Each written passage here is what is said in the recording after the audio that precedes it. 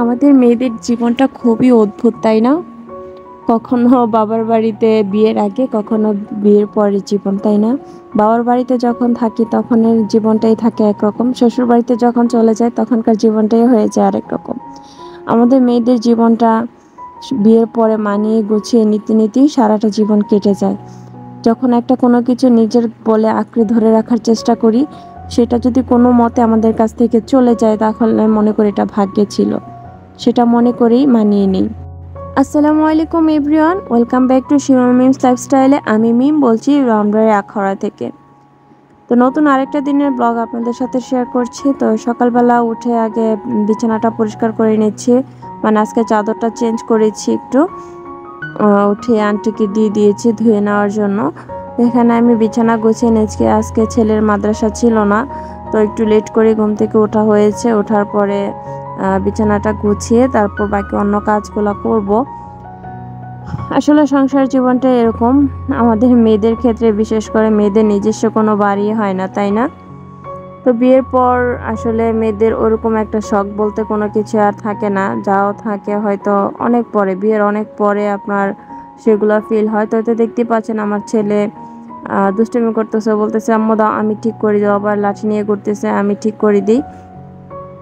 বিয়ের পর যখন আমরা কোনো কিছু নিয়ে বেশি আশা আকাঙ্ক্ষা করি, সেই জিনিসটা যদি আমরা না পাই তাহলে আর বিয়ের আগের মতো ছোটবেলার মতো আর কান্নাকাটি করি না।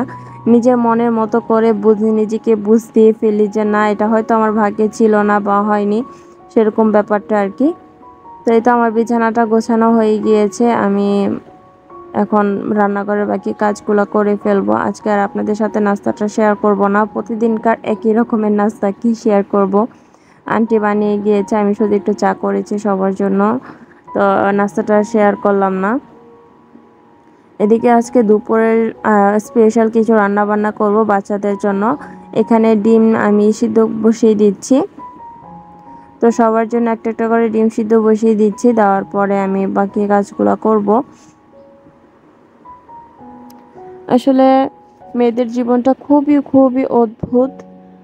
মেয়েরা কখনো বাবার বাড়ি, কখনো শ্বশুর বাড়ি, বৃদ্ধ বয়সে ছেলের বাড়ি, এরকম করে কিন্তু আমাদের জীবনটা কেটে যায়। আমাদের নিজস্ব কোনো বাড়ি হয় না।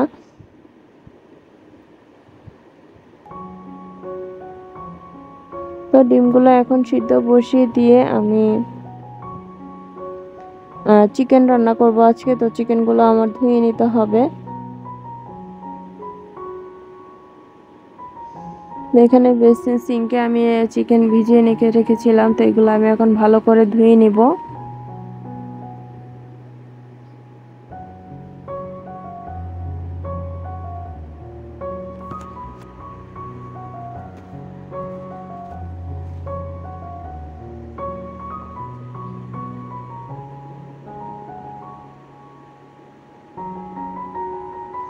আসলে এই ব্লগটা আমার কিছুদিন আগের করা, আপনাদের সাথে শেয়ার করা হয়নি। শরীরটা এত একটা ভালো নেই, যার কারণে ব্লগগুলো আসলে শেয়ার করতে পারতেছিলাম না। তো ভাবলাম যে ভিডিওটা জমে আছে মোবাইলে, প্রায় অনেকটা স্পেস হয়ে আছে, ভিডিওটা অনেক বড় ছিল।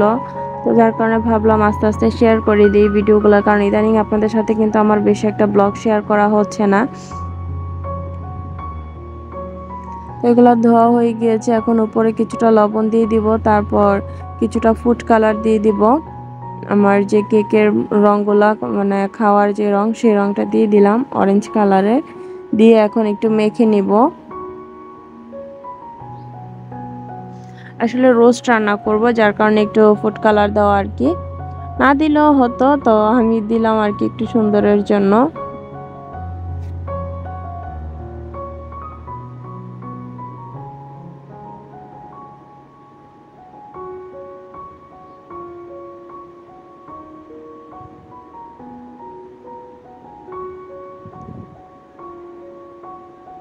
এখন চুলায় একটা ফ্রাই প্যান বসিয়ে দিয়েছি, বসিয়ে তেলটা ভালো করে গরম করে নিয়েছি।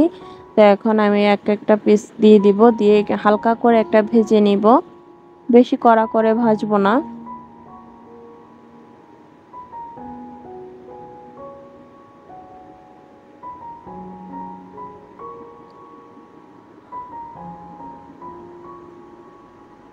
বাচ্চারা অনেকদিন আগে থেকে বায়না করতেছিল ওদেরকে রোস্ট পোলাও খাওয়ানোর জন্য।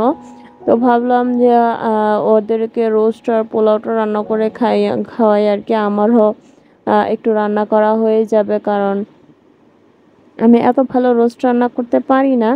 আমার আম্মু খুবই ভালো রোস্ট রান্না করতে পারে। তো ভাবলাম আজকে নিজে নিজে একটু চেষ্টা করি, দেখি কিরকম হয়। এর আগেও কিন্তু রান্না করেছি মেহমানদের জন্য। এই তো আমার মুরগিগুলো ভাজা হয়ে গিয়েছে, এখন উঠিয়ে ফেলবো।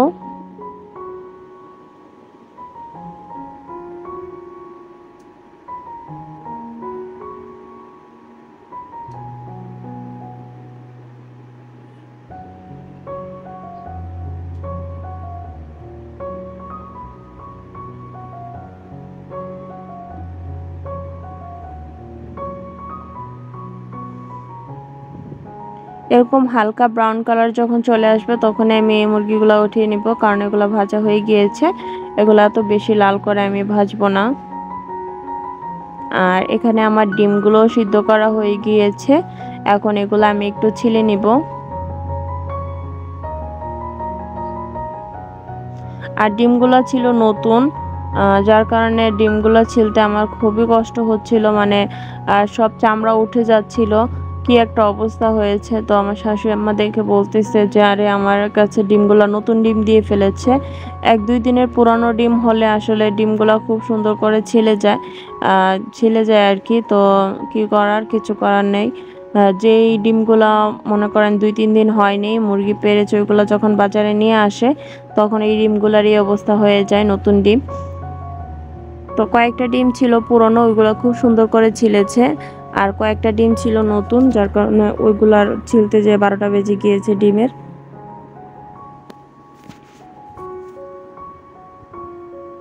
তো ডিমগুলো হালকা ভেজে নিয়েছি, নেওয়ার পরে এখন উঠিয়ে নিচ্ছি। তো ডিম ভুনা করব। তো এখানে কিছু পেঁয়াজ কুচি দিয়ে দিচ্ছি ডিম ভুনা করার জন্য। অল্প মশলায় জাস্ট ডিমগুলা একটু নাড়াচাড়া করব, বেশি কিছুই না।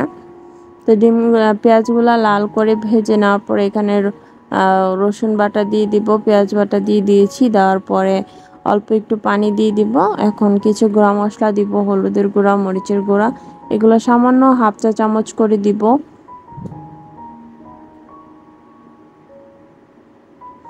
আর এদিকে পেঁয়াজ বেরেস্তা বসিয়েছি পোলাও দেওয়ার জন্য, রোস্টে দেওয়ার জন্য পেঁয়াজ বেরেস্তাটা দরকার। আর রাইস কুকারে আমি পোলাও রান্না বসিয়ে দিয়েছি। তো পোলাও রান্নার জন্য এখানে পেঁয়াজ, দারচিনি, এলাচ, তেজপাতা দিয়ে দিয়েছি, দিয়ে লাল করে ভেজে নেব। আর এদিকে আমার পেঁয়াজ বেরেস্তাটাও কিন্তু হয়ে গিয়েছে, দেখতেই পাচ্ছেন। পেঁয়াজ বেরেস্তাটা কিন্তু পুড়ে যায়নি, খুবই সুন্দর একটা বাদামি কালার এসেছে। তো এরকম কালার আসলে কিন্তু খুবই ভালো লাগে পেঁয়াজ বেরেস্তার। আর এখানে যেহেতু রোস্ট রান্না করব, তাই আমি কোনো পেঁয়াজের কুচি দেইনি, পেঁয়াজ বাটাটা দিয়েছি, মানে ব্লেন্ডার করে নিয়েছিলাম। এখানে পেঁয়াজ বাটা দিয়েছি প্রায় 1/2 কাপের উপরে। আর ওইটা এখান দিয়ে হতে থাক। আর এদিকে পোলাওর জন্য যে চালটা নিয়েছি ধুয়ে, সেটা দিয়ে দিলাম পেঁয়াজের সাথে দিয়ে। এখন অনেকক্ষণ আমি এটাকে চালটা ভেজে নেব। আর এখানে লবণ দিয়ে দিয়েছি পরিমাণ মতো। তো রাইস কুকারে আস্তে আস্তে চালটা ভাজা হয়ে যাবে।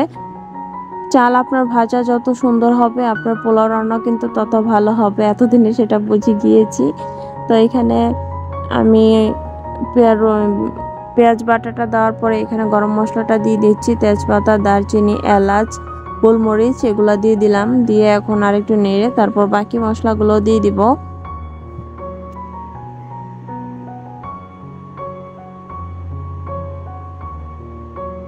আর এদিকে আমার পোলাওটাও মানে ভাজা ভাজা হয়ে যাচ্ছে, চালগুলা দুটো রান্না একসাথেই বসিয়ে দিয়েছি। তো আপনাদের সাথে দুটো রান্না একসাথে শেয়ার করলাম আর কি।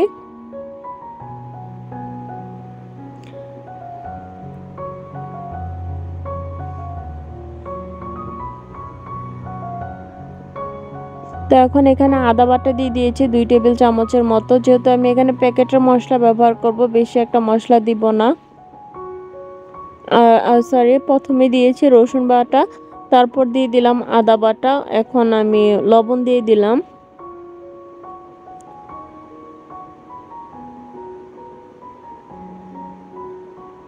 আর এদিকেও পোলার চাউলগুলো ভাজা ভাজা হয়ে যাচ্ছে।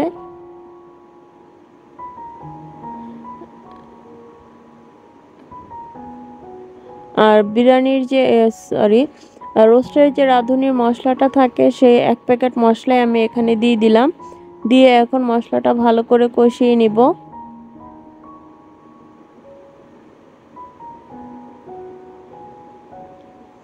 আর এখানে বাদাম বাটা দিয়ে দিলাম, কাজু বাদাম বাটা। তো আমার ঘরে কাজু বাদাম ছিল, তো সেই কাজু বাদাম বাটাটাই আমি এখানে দিয়ে দিলাম।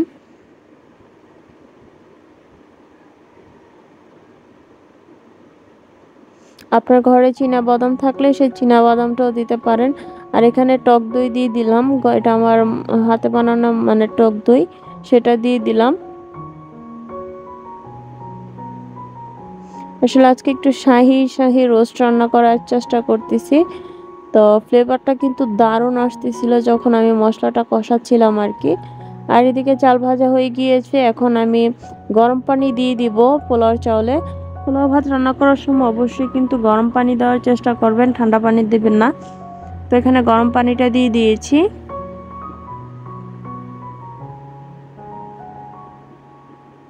দিয়ে এখন ঢেকে দিব। আর এদিকে আমার মশলাটাও প্রায় কষানো হয়ে যাচ্ছে। তারপর এখানে অল্প একটু পানি দিয়ে দিব, যার মশলাটা লেগে না যায়, নিচ দিয়ে একটু লেগে মানে লাগার মতন অবস্থা হচ্ছিল, কিন্তু পানিটা দিয়ে দেওয়ার পরে ছুটে গিয়েছে। তো এখানে আমি একটু মরিচের গুঁড়া এবং একটু জিরার গুঁড়া দিব আর কি, আর বেশি আর কিছুই দিব না। তো এখানে জিরা গুঁড়া দিয়ে দিলাম।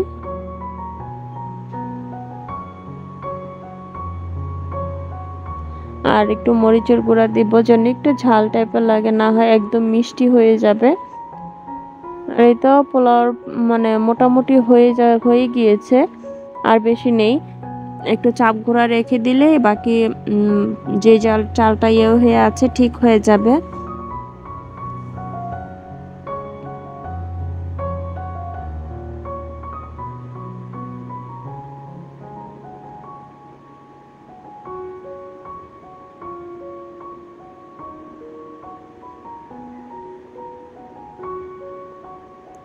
এই তো দেখতেই পাচ্ছেন মশলার উপর তেল ভেসে উঠেছে, তার মানে আমার মশলাটা ভালো করে কষানো হয়ে গিয়েছে। মশলা কষানো যত ভালো হবে, রান্নার জিনিসও তত ভালো হবে। তো এখন আস্তে আস্তে আমি যে মুরগিগুলা ভেজে নিয়েছিলাম সেই মুরগিগুলা দিয়ে দিব, মানে রোস্টের পিস।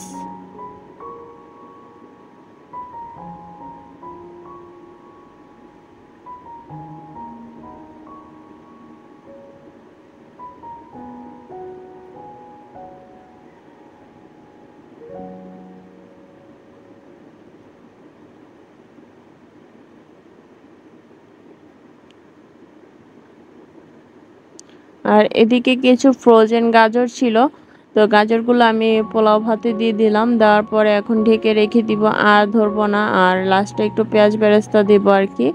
তো গাজর সিদ্ধ হতে বেশি টাইম লাগবে না পোলাওর ক্ষেত্রে আর কি। তো এখন দিয়ে দিলাম, দেওয়ার পরে তো আমি এখন মানে ঢেকে রেখে দিব, এর মধ্যে গাজরগুলো সিদ্ধ হয়ে যাবে। তো উপরে কিছু পেঁয়াজ বেরেস্তা দিয়ে দিলাম। আর এদিকে আমি একটু দুধ দিয়ে দিয়েছি, প্রায় হাফ লিটারের মতো দুধ দিয়ে দিলাম ঝোলের জন্য আর কি। মাংসটা সিদ্ধ হতে যতটুকু লাগবে, আমি বেশি একটা ঝোল রাখবো না, যার কারণে হাফ লিটার দুধই দিলাম, কোনো পানি কিন্তু ইউজ করিনি। তো এখানে বলক চলে উঠেছে, এখন একটু নেড়ে দেব। দেওয়ার পরে কিছু কাঁচামরিচ কুচি দিব। তো এগুলো হচ্ছে আমাদের গাছের কাঁচামরিচ, যার কারণে একটু ছোট ছোট। আমার শাশুড়ি আম্মার গাছের কাঁচামরিচ ছিল এগুলা। তো গ্রানি কিন্তু পুরো ঘর মোমো করতেছিল। তো বাচ্চারা বলতেছে মামানি খুবই সুন্দর ফ্লেভার বের হয়েছে। কিন্তু এখন কিছু পেঁয়াজ বেরেস্তা দিয়ে দিলাম, দেওয়ার পর এখন নামিয়ে ফেলবো, কারণ আমার রান্নাটা শেষ। এই তো পোলাও রোস্ট রান্না করে ফেলেছি, খুবই সুন্দর একটা কালার এসেছে যে কি বলবো। তো এখন আমরা সবাই খেতে বসে গেলাম, আমি, আমার আম্মু, আমার ননদ, আমরা তিনজন খেতে বসে গিয়েছি। বাচ্চারা এর আগে খেয়ে ফেলেছে। তো আমার আজকের ব্লগটা আপনাদের কাছে কেমন লাগলো অবশ্যই কিন্তু কমেন্ট করে জানাবেন, এবং ভিডিওটি ভালো লাগলে আপনার আত্মীয় স্বজন পরিবার পরিজনদের সাথেও শেয়ার করতে কিন্তু ভুলবেন না। তো আমি এখন খেয়ে নিচ্ছি। তো সবাই ভালো থাকবেন, সুস্থ থাকবেন। আল্লাহ হাফেজ। আসসালামু আলাইকুম।